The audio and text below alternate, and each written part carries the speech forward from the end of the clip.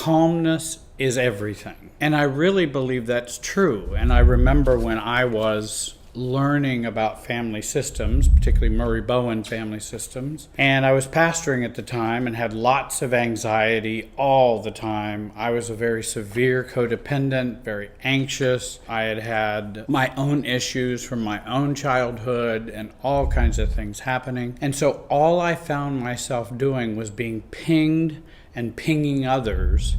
And so I would always have this increase in anxiety and a lack of calmness. And that lack of calmness would also cause great reactivity, and then I would be reactive and make moves that fit into the dysfunctional system, but it didn't change the system, it just fit into the system. And that's what systems anxiety does. And I'm going to talk more about systems anxiety in a minute, because it will mislead us, misguide us.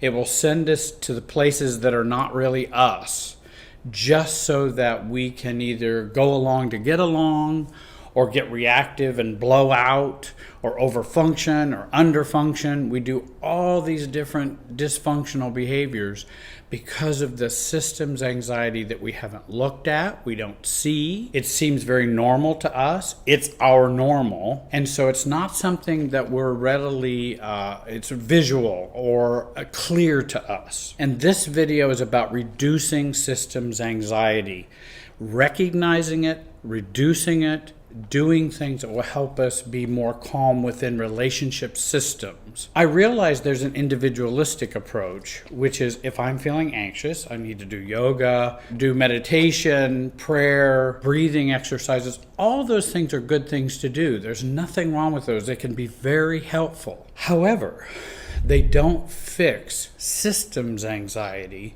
because that requires a systems view of what's going on. And if we don't have that, then what we're going to have is this anxiety without the context. I realize also there's biochemical anxiety, generalized anxiety disorder, things like that, and they need to be treated. Those are biochemical, those are genetically passed on, those are medical issues.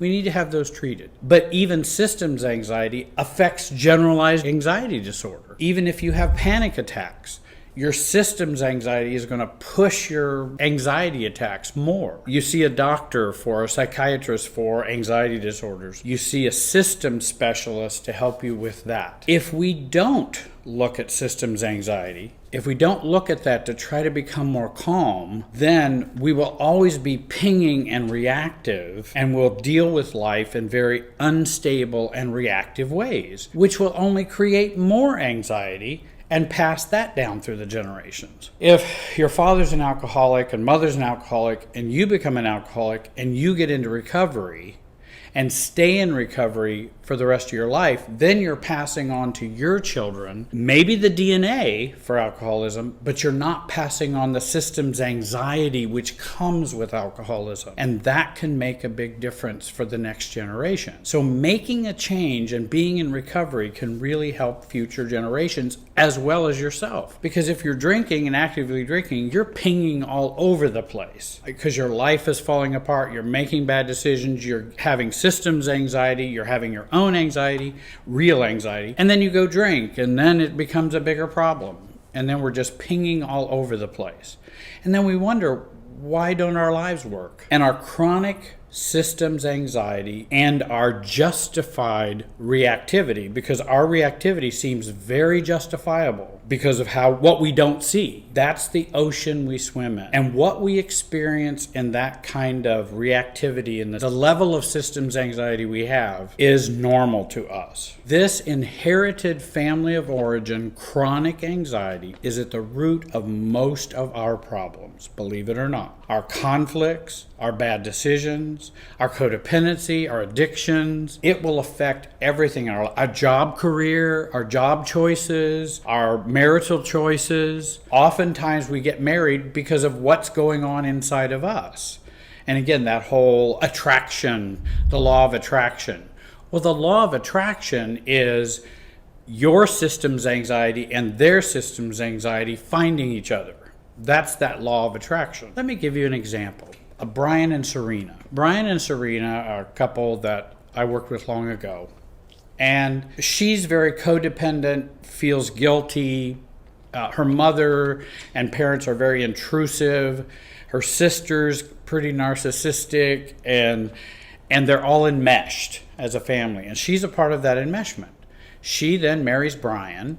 Brian's not as enmeshed with her family because that's not his family. Well, they don't like that, and that feels very uncomfortable because he's the odd man out, and he's taking Serena away from us emotionally. We don't want her to make choices apart from what we're doing as a family. We want to do that all together. So you guys need to come over and spend all weekend with us. And if you don't, why don't you love your parents? Why don't you get along with your sister? There's that kind of guilt that happens. So anyway, they're working on their marriage because they've had marriage problems and difficulties.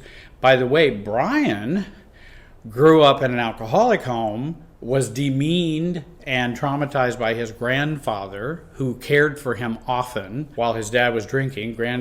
But he was very disrespectful, demeaning to him as a kid, in which he felt worthless. She feels guilty, anxious, nervous, and worried. That all comes from her family of origin. Now we have a real situation in their marriage, and it's a pretty dysfunctional family that she has, and pretty negative. Dad's going to have his 80th birthday. So we want you all come for 4 days and be with us, which Brian hates because the family is very dysfunctional. The wife doesn't like it, but she feels forced or pushed to do it because she ought to, and that would keep mom, dad, sister, brother, everybody calm down if she shows up. So they decide together, we're going to just spend 2 days rather than 4.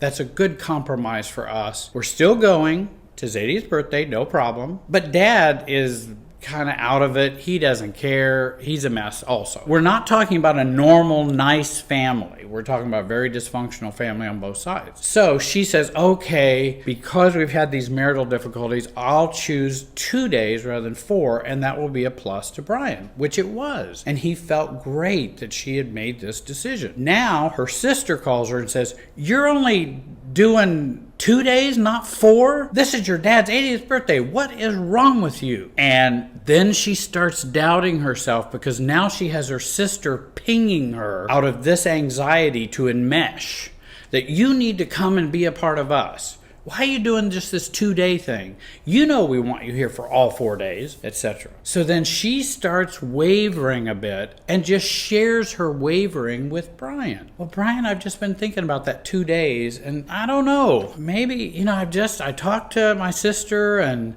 she was giving me all kinds of heck, and I feel uncomfortable with just standing with that 2 days, but I haven't I'm not saying we should go for 4, but I just don't know. Then what happens with Brian? He erupts and goes, I just feel worthless. I don't feel special at all by you. And I feel demeaned and disrespected, and, why don't you ever choose me over your family? By the way, she was just wavering because of her family system issues, and which were very realistic. But he's now erupting in reactivity because he feels hurt because she's not making him a priority. She now feels hurt because he's angry. She can't calm him down. She's upset that he won't even listen to her.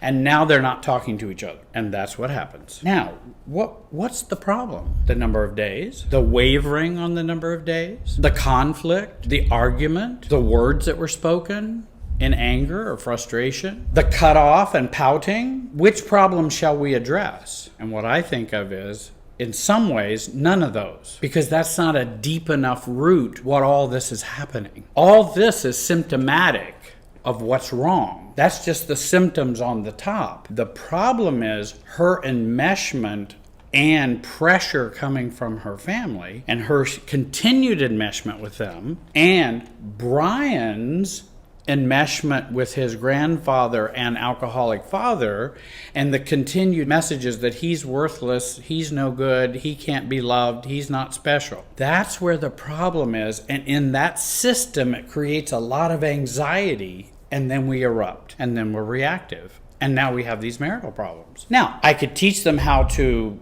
manage their anger. I could teach them how to be more respectful. I could teach them how to see that their hurt is unrealistic. I can do all those kinds of things, but I'm still not touching the core of the emotional field, which is how they're tied to their family of origin still and how it flows over into their marriage. Because actually, the problem's not Dad's birthday. The problem's not 4 days or 2 days. The problem's not any of that. That's not the real problem. The problem is their reactivity and pinging and insecurity because of the place that they are still functioning in their family of origin. He's still functioning as the demeaned and verbally abused child. She's still functioning as the guilt-ridden, you need to perform to get our acceptance and love child in the family. She's still acting that way, though she's an adult. She's 40, he's 41. So it doesn't matter what age, we're still functioning in that way. And so if we can deal with that functioning, you'd be surprised how many conflicts, reactivity, and problems can be reduced and we become more calm. But we do have to work on that calmness. If you want to become less reactive and more calm, deal with the practice recovery in operating outside the family of origin anxiety. And that means resolving that enmeshment, resolving that trauma that you had. And you want to act outside of it. You want to react out or respond outside of it. Because if you're responding inside of it, you're just going to ping all over the place for the rest of your life. It's just going to keep pinging.